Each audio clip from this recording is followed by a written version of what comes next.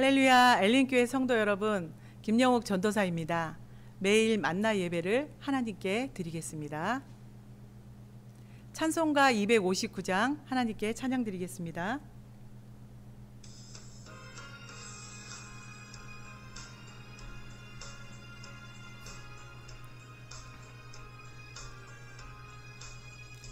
예수 십자가에 흘린 피로써 그대는 씻기어 있는가.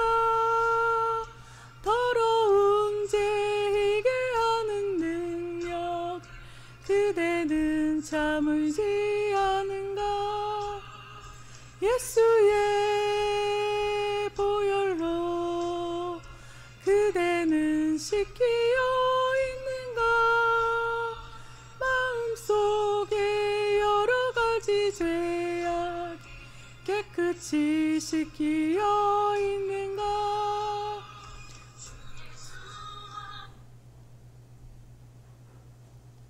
사도신경으로 신앙 고백 드리겠습니다.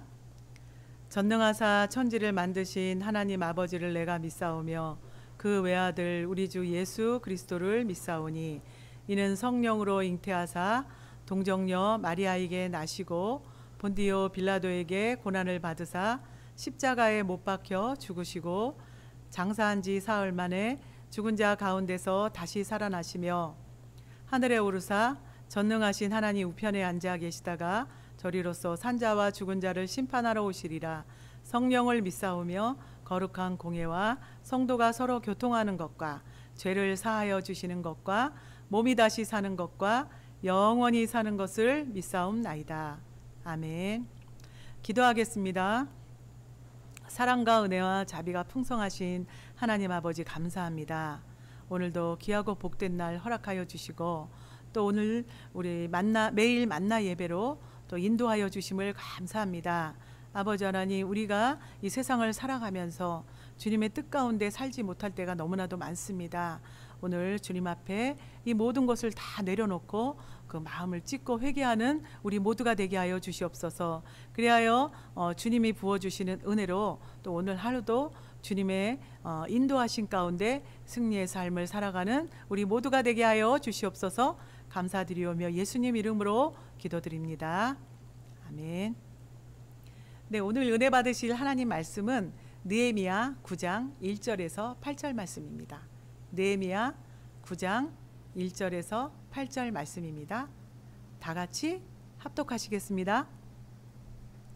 그 달 29날에 이스라엘 자손이 다 모여 금식하며 굵은 베옷을 입고 티끌을 무릅쓰며 모든 이방 사람들과 절교하고 서서 자기의 죄와 조상들의 허물을 자복하고 이날에 낮 4분의 1은 그 자리에 서서 그들의 하나님 야훼의 율법책을 낭독하고 낮 4분의 1은 죄를 자복하며 그들의 하나님 야훼께 경배하는데 레위 사람 예수아와 바니와 감미엘과 스바냐와 분니와 세레바와 바니와 그나니는 단에 올라가서 큰 소리로 그들의 하나님 야훼께 부르짖고 그 레위 사람 예수아와 감미엘과 바니와 하삼느야와 세레바와 호디야와 스바냐와 부다이아는 이르기를 너희 무리는 마땅히 일어나 영원부터 영원까지 계신 너희 하나님 야훼를 송축할지어다. 주여, 주의 영화로운 이름을 송축하올 것은 주의 이름이 존귀하여 모든 송축이나 찬양에서 뛰어남이니이다. 오직 주는 야훼시라. 하늘과 하늘들의 하늘과 1월 성신과 땅과 땅 위의 만물과 바다와 그 가운데 모든 것을 지으시고 다 보존하시오니 모든 천군이 주께 경배하나이다. 주는 하나님 야훼시라. 옛적에 아브라함을 택하시고 갈대아 우르에서 인도하여 내시고 아브라함이라는 이름을 주시고 그의 마음이 주 앞에서 충성됨을 보시고 그와 더불어 언약을 세우사 가나안 족속과 헷 족속과 아모리 족속과 브리스 족속과 여부스 족속과 기르가스 족속의 땅을 그의 씨에게 주리라 하시더니 그 말씀대로 이루셨사오매 주는 의로우심이로소이다. 아멘. 네, 저는 오늘 읽은 느헤미야 9장 1절에서 8절 말씀으로 회개는 하는 것이 아니라 되어지는 것이다 라는 제목으로 은혜의 말씀을 나누고자 합니다. 오늘 본문은 이스라엘 백성들의 회개로 시작합니다. 이스라엘 백성들은 모두 모여 금식을 시작했습니다. 굵은 베옷을 입은 상태로 먼지를 뒤집어 썼습니다. 또 이방 사람들과의 모든 관계조차 끊어버린 채 자신과 조상들의 죄를 모두 자백했습니다. 아주 치열한 회개 기도였습니다. 여러분, 매주 반복되는 예배 속에서 우리는 언제 진심 어린 회개 기도를 했는지 기억하시나요? 많은 크리스찬들이 현대를 가리켜 회개하지 않는 시대라고 말합니다. 참된 회개의 기도가 대부분 사라진 것처럼 느껴지고 그 결과 죄를 돌이키는 참된 회개가 드문 슬픈 시대라고들 합니다. 회개가 없는 세상이 부끄러워 다시 회개를 외치는 사람들도 있습니다. 그런데 왜 이런 현상이 나타날까요? 회개합시다 라고 외치면 회개가 저절로 되는 걸까요? 함께 회개하자는 외침이 나쁜 것은 아닙니다. 하지만 외침만으로는 회개가 불가능합니다. 오늘 본문을 통해 이스라엘 백성들이 어떻게 회개하는지를 살펴본다면 현대를 살아가는 크리스찬들이 회개하고 인생을 사는데 도움이 될 것입니다. 느헤미야 시대에 이스라엘 백성들이 회개하게 된 이유는 율법 듣기를 백성들이 사모하여 에스라에게로 갔기 때문입니다. 학자 에스라는 하나님의 율법책들을 백성들에게 낭독했습니다. 하나님의 율법책을 낭독하고 그 뜻을 해석하여 백성에게 그 낭독하는 것을 다 깨닫게 하니 백성이 율법의 말씀을 듣고 다 우는지라. 느헤미야 8장 8절에서 9절 말씀입니다. 에스라를 통해 이스라엘 백성들에게 하나님의 말씀이 임한 것입니다. 하나님의 말씀을 받아든 백성들은 울기 시작했습니다. 동시에 자신들의 죄가 슬퍼지기 시작했습니다. 이들에게는 회개가 절실히 필요했습니다. 이스라엘 전체가 식사를 끊고 거친 옷을 입고 치열하게 회개하기 시작했습니다. 백성들은 하나님의 말씀만이 참된 회개의 역사를 일으킬 수 있다는 것을 뼈저리게 깨닫고 있었습니다. 자, 그럼 다시 현대로 돌아보겠습니다. 우리는 하나님의 말씀을 제대로 읽고 이해하고 있습니까? 차별하게 묵상하고 치열하게 묵상하고 자신을 뒤돌아보고 있는지요? 회개 이후에는 이런 말씀이 기다리고 있습니다.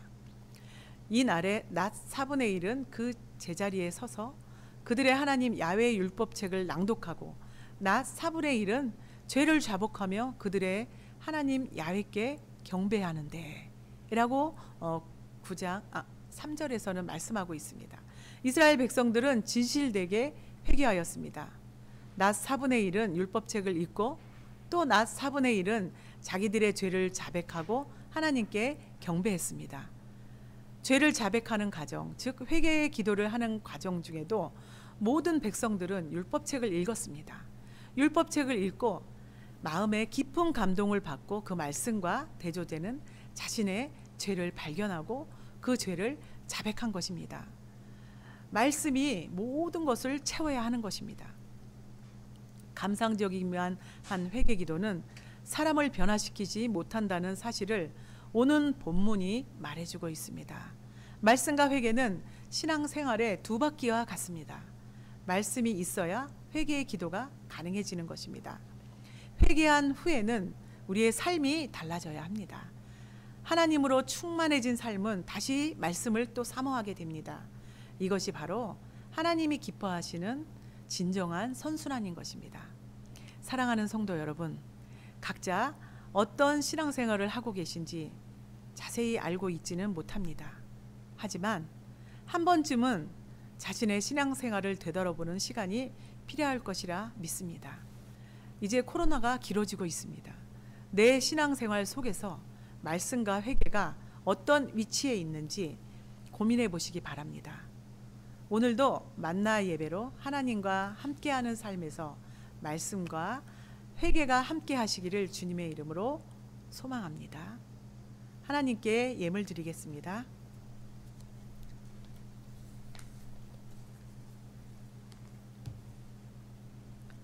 기도하겠습니다. 하나님, 오늘도 느헤미야 말씀을 통하여 우리가 회개는 되어지는 것이 아니라 하는 것이 아니라 되어지는 것이라는 제목으로 은혜의 말씀을 나눴습니다. 우리가 입술로만 회개하는 것이 아니라 정말 마음을 찢고 주님 앞에 진정으로 회개하는 우리가 되게 하여 주시옵소서. 그러기 위해서는 하나님의 말씀이 우리 심령 가운데 있어야 합니다. 우리가 늘 말씀을 읽고 또 말씀을 듣고 말씀에 순종하며 살아가는 우리 모두가 되게 하여 주시옵소서.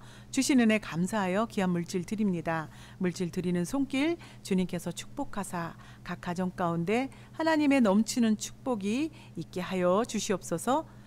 모든 것을 주께 맡기오며 예수님 이름으로 기도드립니다.